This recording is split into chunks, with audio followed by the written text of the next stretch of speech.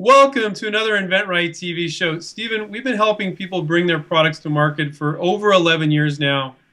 Man, this one concern about calling companies, it's a really big concern. There's a lot of fear there. Why all the fear? Well, number one, companies want your ideas, but I can understand if you're going to call a company for the first time and you don't know what to say, yeah, I would have fear too. So you Right, have to realize you need to understand a little bit about licensing. You need to understand the terms, right. right? Like royalty rates or minimum guarantees or certain types of clauses that are very, very important. But first of all, you have to understand don't call them up and tell them you're an inventor. Right. Oh, okay. Yeah, this is a very important point. So, Steve, if you don't tell them you're an inventor, what do you say? How do you introduce yourself? You need to tell them you're a product developer.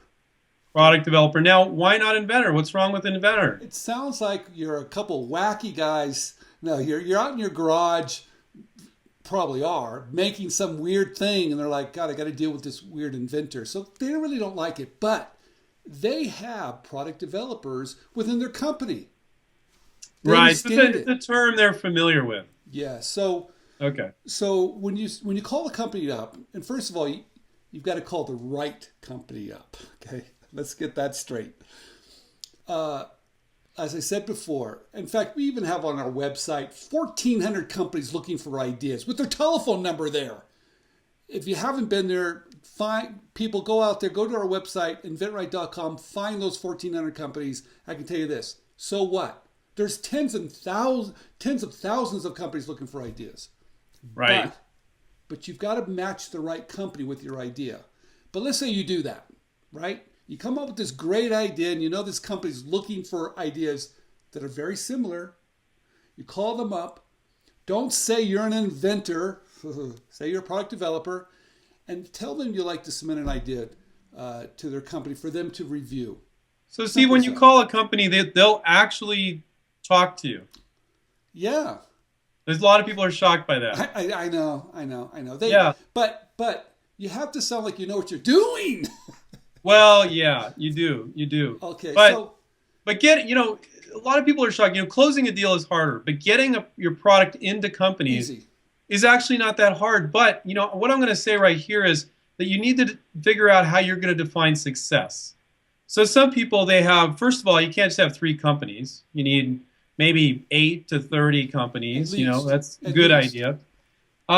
Sometimes people will sit down, they'll make some of their first calls, and they'll make 10 calls, and they only get into one company, and they don't feel like that's successful. Well, I do.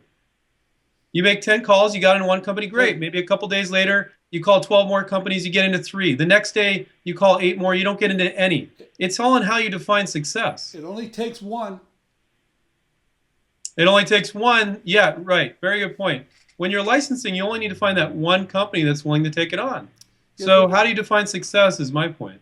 well, getting into companies is not that hard. And you're going to be surprised. Most people are dumb.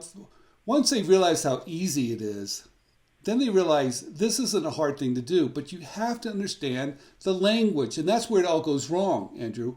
They call up a company for the first time. They say they're an inventor. Maybe they talk about they want all this money for their idea. Or maybe they start showing their patent at the very beginning. They Right. don't understand it's a dance. Do everything wrong. They do everything wrong, and that's why this whole inventor thing comes up in their mind because they've gotten those calls before. Right, right. And right away, they put you in this certain category as a nutcase working in the garage. Right, right. But if you do the right things, you'll differentiate yourself from all those other wacky inventors that are calling. We've never, I'll tell you, Andrew, you're right. We've been teaching for over a decade, and Right. that's never been an issue with our students. Ever that's been an issue with our students. In fact, once they learn that skill, they can call any company anytime, get in anytime they want to. Yeah. So yeah. that's not the problem. But you have to kind of realize companies want ideas. Tens of thousands of companies around the world would love to see a new idea. So And they is it would a, love, even more than that, they would love to pay you for that great idea. Really? I mean, that's even like, really going to pay me? Yes. If you have an idea they want, they will pay you. It's called licensing. Every time you sell one, they're going to pay you a royalty. Right, right. Not $100,000 up front, not $250,000 up front, people. That's wacky inventor territory. Yeah, not to say that it would never be applicable. It might, but most of the time it's not. They want to hedge their bets, so they're going to take it slow. And here's the other thing too. You need to present your idea in such a way to take away risk. Right? You just can't give them your prototype or give them your patent. I mean, that doesn't work.